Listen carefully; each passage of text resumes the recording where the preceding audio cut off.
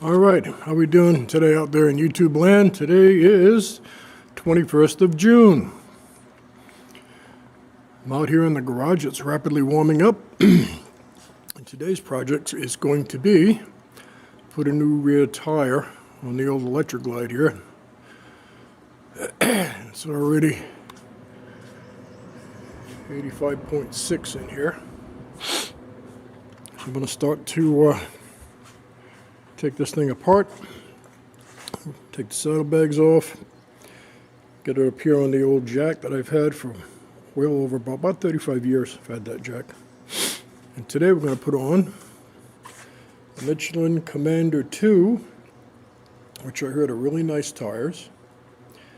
I used to like to run a 140/90/16 Continental, but you can't seem to get them anymore. So make that size. So we're going to try Michelin. I'm going to get rid of these Dunlaps with the Harley Davidson logo that came with this bike when I got it. And obviously I've been building this place out for the last 6 years, so the bike hasn't been getting a whole lot of love. But got about 4,000 miles on that back tire. It's shot. On my Fat Boy I used to get only about 1,800 miles out of those, and I switched over to Continental. Anyway, that's another story. I'm going to take the saddlebags off and start tearing this down. And this may or may not go up on the channel, depending on how my attitude goes for the rest of the day. All right, I'll be back. All right, finally got the wheel off. And I got to tell you, I think I see a motorcycle lift in my future, because I'm getting too old to be crawling around on the ground. But anyway, got it off, the front wheel chocked, the bike is strapped to the lift,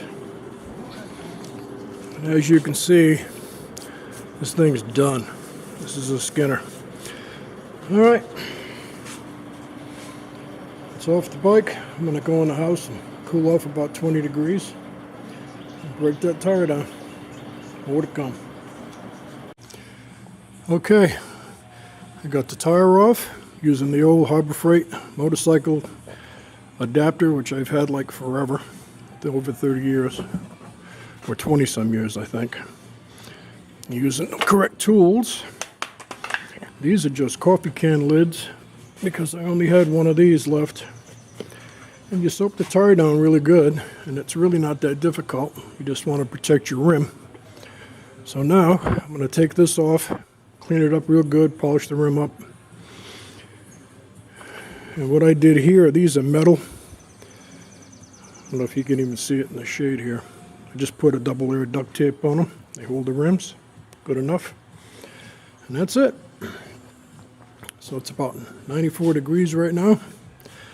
I'm going to take a break, and tomorrow's another day. I've been only out here working like 15 minutes at a time. It's just way too hot. All right. More to come. All right, it's the next day. Just quick attempt to clean up the wheel a little bit. And I got my little polishing pad on the drill. And my crazy dog stole my polishing rag. Give me that rag. Oh my God, things I had to go through. Alright, come out here and get the tire. The tire has been sitting out here now for about 2 hours. Oh, is it toasty out here? Oh yeah. Nice and warm. Now see these little arrows? That's your directional arrow. That's the way the wheel will be turning. I actually got a big one down here. Okay, I'm going to go prep this and put it on the rim. Okay, in a matter of seconds, I've got the tire on. Once again, use some plain old Dawn dish detergent. After you clean your rims, put it on the tire. You can get these guys on Fleabag. These go in here under the rim. They put the tire down here in the valley of the rim. They're real small diameter, which is where they need to be. And again, make sure your arrows are pointing the right way. Obviously, this is the drive wheel, which will spin this way. And it just falls right on. A couple of tire irons, some dish soap. I highly recommend these if you change your own tires. If you don't have anybody to help you, like me, I have a one-man shop. These hold the tire down here in the deep part of the rim. All right, it's time to take this off, pop it on, throw it on my new balancer that I had to buy because apparently my balancer disappeared. It's probably still back in Okeechobee. All right, that's it. Okay, there's the wheel all mounted, seated on the bead. And I gotta go in the house and take a break because I'll see if I can catch myself on the camera. I am just 100% soaked and dripping wet. I gotta go change my clothes and suck up some AC before I continue this so I don't die. So I'll be back shortly. I'm gonna take about a half-hour break. Okay, I'm just gonna show you real quick setting up my replacement tire balancing machine. That's just a Harbor Freight unit. It was less than 50 bucks out the door with extortion fees paid. You're going to want to get on the bubble, which means the bubble wants to be in the center. I like to lay down a quick reference line, just some cheap tape and a magic marker, in case this moves. When you're messing around, you can see you've moved it. Very stable. I'm going to take this bar, center it in the center of that wheel and tire, snug up against the wheel bearings, and we're going to throw it on. So let me set this up. This is really simple. You can do your own tire balancing, and there's not much to it. Okay, now I have the spinning axle inserted through the wheel bearings. I've got these cones tight into the wheel bearing on both sides. And what you're going to want to do is make sure you don't have any fans going. Shut your fans off. Make sure you got nothing blowing on this. Obviously, the heavy part of the wheel will be on the bottom, so you're going to want to give it a spin. And the heavy part will go to the bottom. So we're going to let that spin, and I'll show you where it stops. I'll show you how to go from there. All right, I'm going to share another little tip with you that you probably already know, or at least you should know. When you're lining up your rear wheel straight in the frame, you're going to want to make one of these rods. It's just a coat hanger. I've had mine like forever. I'll show you real quick. I'll get over here without tripping over the tennis balls the dog's throwing at me. Now down here, this is a rubber mount bike.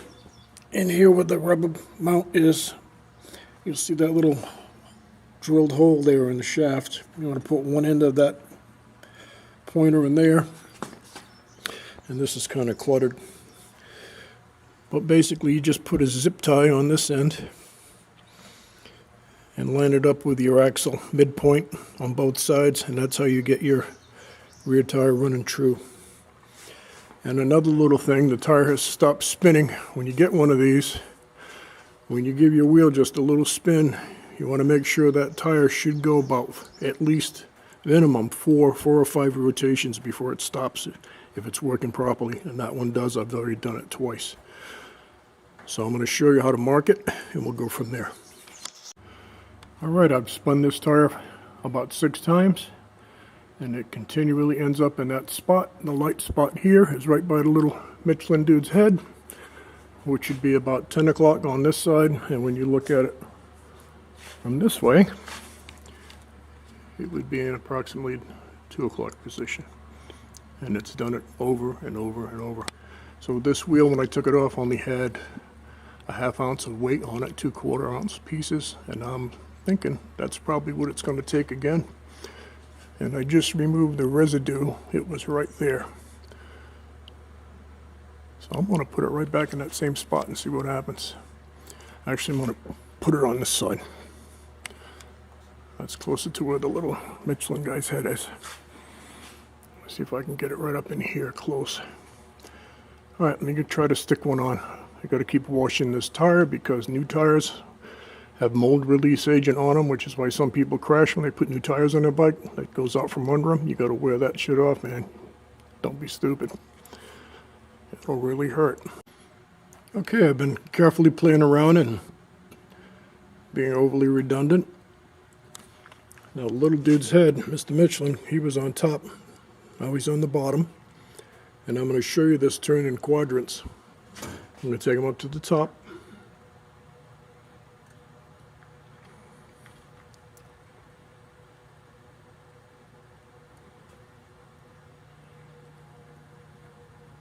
Okay, now we're going to bring them over to the 3 o'clock position, more or less. Hopefully I'm catching this on the camera.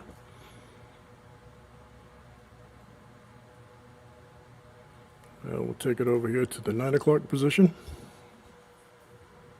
more or less. Again, look at the little dude's head.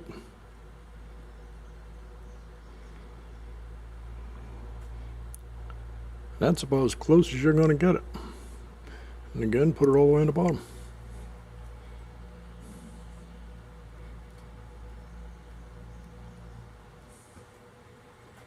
There you have it. That's good enough for me. I think it took a total of 5 quarter-ounce weights, so a little over an ounce, ounce and a quarter, which is quite a bit. All right, well, I'm going to send it home right there. And when you move your weights around, if you're really anal like I am and you want it perfect, just shifting these a 1/16 of an inch either way can really help zero it in. So I'm going to mark where these are. I'm going to take the adhesive off, and that's it for the tire balance. Hope this helps someone. Alright, I'm just showing this as an afterthought. I should have showed you this when the wheel was on there. But this is also a truing stand. And you can hook up your magnetic base in your arms, and then you can put your rods in here for your micrometers and stuff if you really want to get that fancy. And you can lace in true wheels on these stands, which I've done that also. Some people want to build up spoked wheels, which isn't for me, but there's a lot of them out there. And that's just a magnetic base. And you switch this base over to the off position, and it falls off. So I just thought I'd show you that. There's a lot of options and things you can do with this stand. It's actually pretty cool. Wish I knew what my other one was. It was a better quality one. I forget who I bought it from. But this one works just fine. Alright, that's it. We're all done with the motorcycle wheel repair, replacement, and balance. Thanks for watching. Hope this helps somebody, gives you some ideas. This isn't that tough.